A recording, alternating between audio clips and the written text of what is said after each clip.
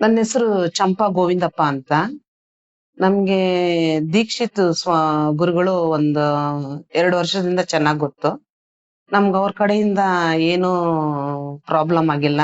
ಅವ್ರು ಹೇಳಿದ್ದೆಲ್ಲ ಕರೆಕ್ಟ್ ಆಗಿ ಒಳ್ಳೇದೇ ಆಗಿದೆ ನನ್ಗೆ. ಇದುವರೆಗೂ ತುಂಬಾ ಚೆನ್ನಾಗಿ ಒಳ್ಳೇದಾಗಿದೆ ನನ್ಗೆ ಇದುವರೆಗೂ. ಮುಂದಕ್ಕೂ ಅದೇ ತರ ನಮ್ಗೆ ಏನ್ ಹೇಳಿದ್ರು ನಮ್ಗ ಅವ್ರು ಹೇಳಿದ್ದೇ ನಾವ್ ಅದನ್ನೇ ನಡ್ಕೋತಾ ಇದೀವಿ. ನಮ್ಗ್ ಬಾರಿ ಒಳ್ಳೇದಾಗಿದೆ. ಪ್ರತಿಯೊಂದು ವಿಷಯದಲ್ಲೂ ನಮ್ಗೂ ನಮ್ ಮನೆಗೆ ಒಳ್ಳೇದಾಗಿದೆ. ವಾಸ್ತು ಆಗ್ಲಿ, ಏನು ಅವ್ರು ಹೇಳಿದ್ದು ಪೂಜೆಗಳಿಂದ ಹಿಡಿದು ಪ್ರತಿಯೊಂದು ನಮ್ಗೆ ಒಳ್ಳೇದಾಗಿದೆ. ಅವ್ರ ಕಡೆಯಿಂದ ನಮ್ಗೆ. ತುಂಬಾ ಒಳ್ಳೆ ಗುರುಗಳವ್ರು ನಮ್ಗೆ. ವಾಸ್ತು ಅದೆಲ್ಲ ಅವರೇ ಎಲ್ಲ ಚೇಂಜಸ್ ಮಾಡಿ, ಆ ಕಡೆ ಒಂದ್ ಸ್ವಲ್ಪ ಗೋಡೆ ಸುಟ್ಟೋಗಿತ್ತು. ಅದೆಲ್ಲ ಇದ್ ಮಾಡ್ಸಿ, ಹೈಟ್ ಮಾಡ್ಸಿ, ಅವರೇ ಆ ಕಡೆ ರೋಡ್ ಸೈಡ್ ಹೈಟ್ ಎಲ್ಲ ಮಾಡ್ಸಿ, ಪ್ರತಿಯೊಂದು ಮಾಡ್ಸಿ ಎಲ್ಲ ನಮಗೆ ಕ್ಲಿಯರ್ ಆಗಿ ಮಾಡ್ಕೊಟ್ಟಿದ್ದಾರೆ. ಈಗ ಪರವಾಗಿಲ್ಲ ಹೇಳ್ಬೇಕಂದ್ರೆ ನಮ್ಗೆ. ಈಗ್ಲೂ ಏನ್ ಬೇಕಾದ್ರೂ ಅವ್ರಿಗೆ ಫೋನ್ ಮಾಡಿ ಕೇಳ್ತೀನಿ, ಇಲ್ಲದ್ರೆ ಮನೆಗೆ ಬಂದು ಅವರು ಕೇಳ್ತಾರೆ, ಎಲ್ಲ ಹೇಳ್ತಾರೆ, ಈ ತರ ಮಾಡ್ಕೊಳ್ರಕ್ಕ, ಈ ತರ ನೋಡ್ರಕ್ಕ ಅಂತ ಹೇಳ್ತಾರೆ. ಪ್ರತಿಯೊಂದು ಇದ್ರಲ್ಲೂ ನಮ್ಗೆ ಒಳ್ಳೇದಾಗಿದೆ. ಒಂದ್ ಜಾತಕ ಆಗ್ಲಿ, ಅವರು ನಮ್ ಮಕ್ಕಳ ಬಗ್ಗೆ ಹೇಳಿದ್ದಾರೆ, ಅಲ್ಲಿ ನಮ್ ಮಗಂದು ಹೇಳಿದ್ರು, ಅದು ಕರೆಕ್ಟ್ ಆಗಿ ಅವ್ರು ಹೇಳಿದ ಟೈಮ್ಗೆ ಸೆಟ್ ಆಗಿದೆ. ಅದನ್ನು ಮದ್ವೆ ಆಗತ್ತೆ. ಇನ್ನೊಂದ್ 4 ತಿಂಗಳು ಇದೆ ನಮ್ ಮಗನ್ ಮದ್ವೆ. ಅದು ಚೆನ್ನಾಗಿ ನಮ್ಗನ್ಗುಡ್ತು. ಅವ್ರು ಹೇಳಿದ್ದೇ ಆಯ್ತು ಎಲ್ಲ. ಅದೆಲ್ಲ ಏನ್ ಪ್ರಾಬ್ಲಮ್ ಇಲ್ಲ ನಮ್ಗೆ. ಹರಿ ಓಂ ಗುರುಭ್ಯೋ ನಮಃ. ದೇವಾನಾಂಚ ಋಷೀನಾಂಚ ಗುರು ಕಾಂಚನ ಸನ್ನಿಭಂ ಬುದ್ಧಿಮತಂ ತ್ರಿಲೋಕೇಶಂ ತಂ ನಮಾಮಿ ಬೃಹಸ್ಪತಿ. ಎಲ್ಲ ಆತ್ಮೀಯರಿಗೆಲ್ಲರೂ ಕೂಡ ನಮಸ್ಕಾರ. ಈಗ ನಾವು ಗುರುಗ್ರಹ ಬದಲಾವಣೆ ಬಗ್ಗೆ ಮಾತಾಡ್ಕೊಳ್ಳೋಣ. ಆ ಗುರುಗ್ರಹ ಬದಲಾವಣೆಯಿಂದ ಕಟಕ ರಾಶಿಯವರಿಗೆ ಯಾವ ಸ್ಥಾನದಿಂದ ಬದಲಾವಣೆ ಆಗ್ತಾ ಇದ್ದಾನೆ, ಎಷ್ಟು ಸಮಯ ಇರ್ತಾನೆ, ಈ ಗುರುಗ್ರಹದ ಪ್ರಭಾವ ಹೆಂಗಿರುತ್ತೆ, ಬದಲಾವಣೆ ಅಂತಂದ್ರೆ ಏನು, ಈಗ ಬರುವಂತಹ ಬದಲಾವಣೆ ಕಟಕ ರಾಶಿಯವರಿಗೆ ಅಂದ್ರೆ ನಿಮ್ಮ ರಾಶಿಯವರಿಗೆ ಯಾವ ರೀತಿ ಪ್ರಭಾವ ಇರುತ್ತೆ, ಇವೆಲ್ಲವೂ ಕೂಡ ನಾವು ತಿಳ್ಕೊಳ್ಳೋಣ. ನೋಡಿ, ಮೇ 1ನೇ ತಾರೀಕು 2024ರಲ್ಲಿ ಮೇ 1ನೇ ತಾರೀಕಿಗೆ ಗುರು ಮೇಷ ರಾಶಿಯಿಂದ ವೃಷಭ ರಾಶಿಗೆ ಪ್ರವೇಶ ಮಾಡ್ತಾ ಇದ್ದಾನೆ. 2025 ಮೇ 14ನೇ ತಾರೀಕುವರೆಗೂ ಸುಮಾರು 1 ವರ್ಷಗಳ ಕಾಲ ವೃಷಭ ರಾಶಿಯಲ್ಲೇ ಇರ್ತಾನೆ. ಈ ವೃಷಭ ರಾಶಿಯಲ್ಲಿ ಗುರುಗ್ರಹ ಸಂಚಾರ ನಿಮ್ಮ ರಾಶಿಗೆ ಅಂದ್ರೆ ಕಟಕ ರಾಶಿಯವರಿಗೆ, ಯಾರೆಲ್ಲ ಕಟಕ ರಾಶಿಯವರು ಇದ್ದೀರಾ, ಕಟಕ ರಾಶಿಯಲ್ಲಿರುವಂತಹ ಅವರಿಗೆ ಈ ವರ್ಷ ಪೂರ್ತಿ ತುಂಬಾ ಅನುಕೂಲ, ಆದಾಯಪ್ರದ, ಲಾಭಪ್ರದ, ಅನುಕೂಲಪ್ರದ, ಬರುವಂತಹ ಇನ್ಕಮ್ಸ್ ಎಲ್ಲ ಪಡೆಯುವಂತಹ ಯೋಗ ಫಲ ನಿಮ್ಮದಾಗಿರುತ್ತೆ. ತುಂಬಾ ಶುಭ, ತುಂಬಾ ಯೋಗ, ಅನುಕೂಲ. ನೀವು ಎಷ್ಟು ಪ್ರಯತ್ನ ಮಾಡ್ತೀರೋ ಅಷ್ಟು ನಿಮ್ಮದಾಗಿರುತ್ತೆ. ಅದಕ್ಕೆ ನೀವು ಪ್ರಯತ್ನಗಳನ್ನ ಈ ಸಮಯದಲ್ಲಿ ಮಾಡ್ಬೋದು. ಅದಕ್ಕೆ ಹೇಳ್ತಾ ಇರ್ತಾರೆ, ಶನಿ ಗುರು ಚೆನ್ನಾಗಿದಾರ ನೋಡ್ಕೋಬೇಕು, ಗುರುಬಲ ಇದೆಯಾ ಇಲ್ಲ ತಿಳ್ಕೋಬೇಕು ಅಂತ. ಇವಾಗ ನಿಮ್ಮ ರಾಶಿಯವರಿಗೆ ಗುರುಬಲ ಇದೆ, ವರ್ಷ ಪೂರ್ತಿ ಸುಫಲ ಇದೆ. ಅದರಲ್ಲಿಯೂ ಸಹ ಯಾವಾಗ ಏನು ವೈಪರೀತ್ಯಗಳು, ಏನು ಸ್ವಲ್ಪ ವೈಬ್ರೇಷನ್ಸ್ ಇದೆ, ಆ ಸಂದರ್ಭದಲ್ಲಿ ಏನ್ ಮಾಡ್ಕೋಬೇಕು ಅಂತ ಕೂಡ ತಿಳ್ಕೊಳ್ಳೋದು ಉತ್ತಮ. ಯಾಕಂದ್ರೆ ಗುರುಬಲ ಇದೆ ಅಂತ ಅಂದ ಮಟ್ಟಿಗೆ ಒಳ್ಳೇದಾಗತ್ತೆ ಅಂತಂದ್ರೆ ಒಳ್ಳೇದಲ್ಲಿ ಕೂಡ ಕೆಟ್ಟದಿರತ್ತೆ. ಎಲ್ಲಾ ಒಳ್ಳೇದು ಅಂತಲೇ ಅಂದ್ಕೊಂಡ್ರು ಆಗಲ್ಲ ಆ ರೀತಿ. ಸೊ ಯಾವ ಸಮಯದಲ್ಲಿ ಯಾವ ರೀತಿ ವೈಪರೀತ್ಯ ಅಂತ ನಾವು ನೋಡೋಣ. ಈ ಒಂದು ಗುರು ಮೇ 1ನೇ ತಾರೀಕಿಗೆ ಪ್ರವೇಶ ಮಾಡ್ತಾರೆ. ಗುರುವಿನ ಪ್ರಭಾವ ದೊಡ್ಡದಾಗಿರತ್ತಪ್ಪ ಅಂತಂದ್ರೆ ನೋಡಿ, ನಮ್ಮ ಭೂಮಿಗಿಂತ 320ರಷ್ಟು ದೊಡ್ಡದಾದಂತಹ ಗ್ರಹ. ಭೂಮಿನೇ ದೊಡ್ಡದೇನೋ ಅಂತ ನಾವು ಅಂದ್ಕೋಬಹುದು. ನಮ್ಮ ಒಂದು ಭೂಮಂಡಲಕ್ಕಿಂತ ತುಂಬಾ ದೊಡ್ಡದು, 120 ಪಟ್ಟು ದೊಡ್ಡದು. ಎಷ್ಟು ದೊಡ್ಡದಿರ್ಬೋದು ಅಲ್ವಾ? ನಮ್ಮ ಭೂಮಿಯ ಸುತ್ತಳತೆಯ ಕ್ಷೇತ್ರ 1,42,800 ಕಿಲೋಮೀಟರ್ ಅಷ್ಟು ಸುತ್ತಳತೆ ಇದ್ರೆ, ಅದ್ರ 12 ಪಟ್ಟು ದೊಡ್ಡದು ಗುರು. ನಮ್ಮ ಭೂಮಿ ಒಂದು ಸುತ್ತಬೇಕಂದ್ರೆ 24 ಗಂಟೆ ತಾಳತ್ತೆ. ನಮ್ಮ ಭೂಮಿ ಸುತ್ತೋದಕ್ಕಿಂತ ಫಾಸ್ಟ್ ಆಗಿ 9 ಗಂಟೆ 50 ನಿಮಿಷಕ್ಕೆಲ್ಲ ಒಂದು ಸುತ್ತು ಬಿಡತ್ತೆ ಗುರುಗ್ರಹ. ದೊಡ್ಡದು. ಇಷ್ಟು ದೊಡ್ಡದ ಅಂತ ಗ್ರಹ ಅಷ್ಟು ಫಾಸ್ಟ್ ಆಗಿ ತಿರುಗತ್ತಾ ನೋಡಿ. ವೈಜ್ಞಾನಿಕವಾಗಿ ಎಷ್ಟೊಂದು ಸೂಕ್ಷ್ಮತೆಗಳಿರತ್ತೆ, ಎಷ್ಟೊಂದು ವಿಷಯ ಇರುತ್ತೆ. ಅದ್ರ ಪ್ರಭಾವನೆ ನಾವು ನೋಡುವಂತಹದ್ದು. ಗುರುಬಲ ಇದೆಯಾ, ಇದ್ರೆ ಎಷ್ಟು ಮಟ್ಟಿಗೆ ಶುಭ ಫಲ, ಇವೆಲ್ಲ ನಾವು ತುಂಬಾ ಗಂಭೀರವಾಗಿ ತಿಳ್ಕೊಂಡ್ರೆ ಅಷ್ಟೇ ಪ್ರಮಾಣದಲ್ಲಿ ಜೀವನ ಉತ್ತಮವಾಗಿರುತ್ತೆ. ಕೆಟ್ಟೋಗುವಂತಹ ಜೀವನನ ಸರಿ ಮಾಡ್ಕೊಳ್ಳುವಂತಹದ್ದಾಗಿರುತ್ತೆ.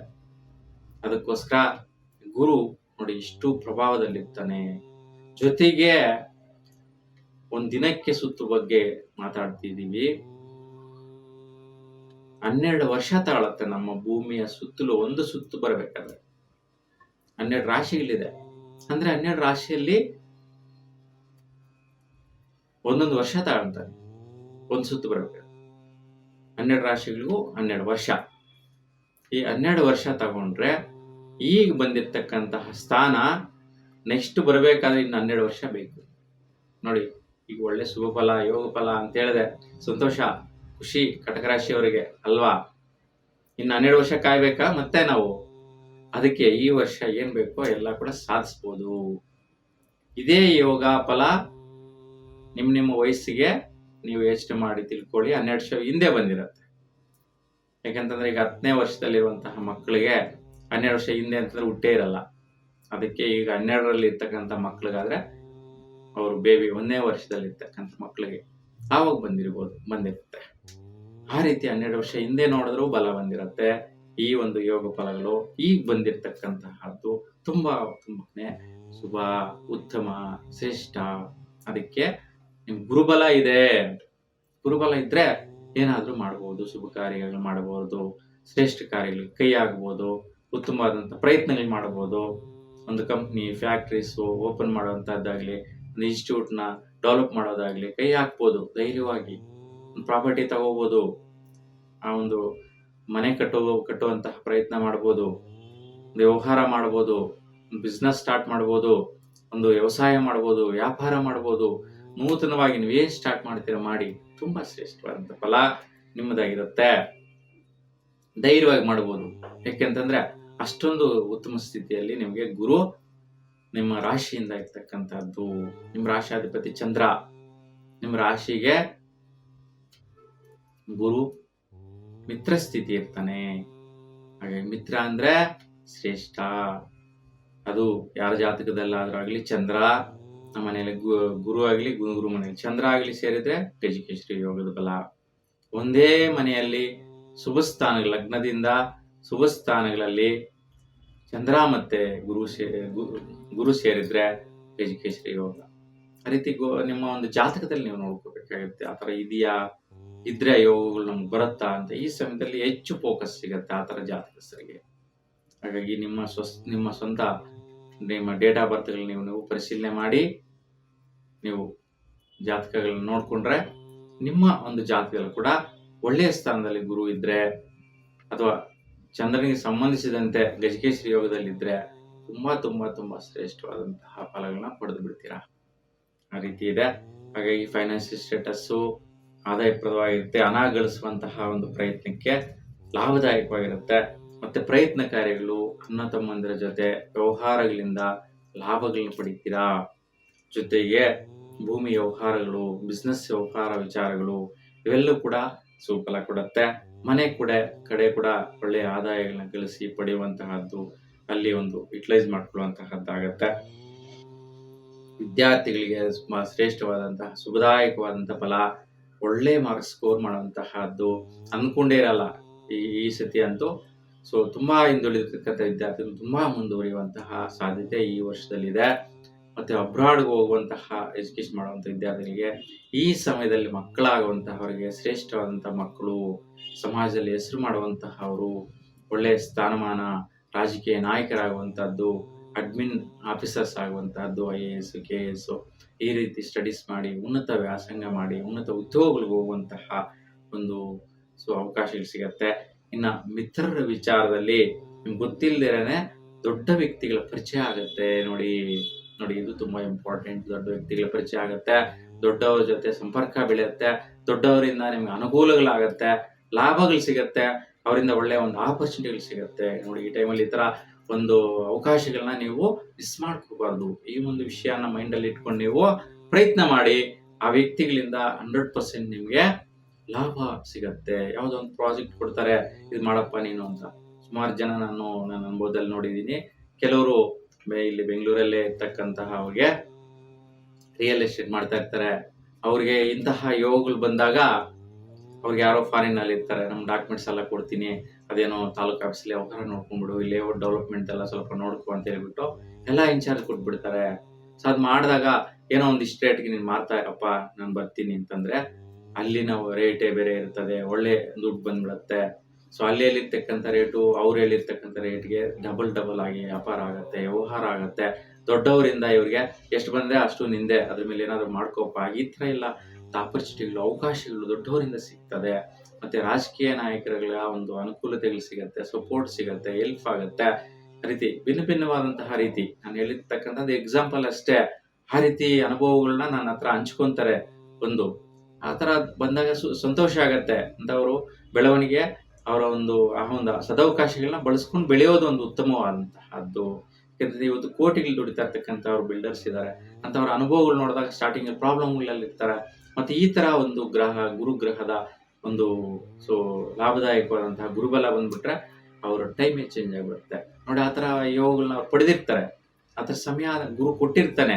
ಗುರು ಏನ್ ನೀವು ಕೆಟ್ಟದ್ ಮಾಡ್ಬೇಕು ಒಳ್ಳೇದ್ ಮಾಡ್ಬೇಕು ಅಂತ ಏನು ಇರಲ್ಲ.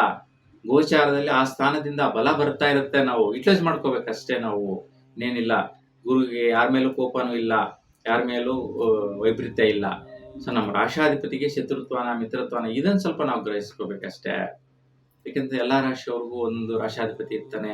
ಹಾಗಾಗಿ ಈ ಗುರುವಿನ ಒಂದು ಬಲ ಬರ್ತಾ ಬದಲಾವಣೆ ಆಗ್ತಾ ಇರ್ತಕ್ಕಂಥದ್ದು ನಮ್ಗೆ ಹೆಂಗಿದೆ ಅಂತ ನಾವು ತಿಳ್ಕೊಳ್ಳೋದೇ ವಿಶೇಷ ಆಗಿರುತ್ತೆ.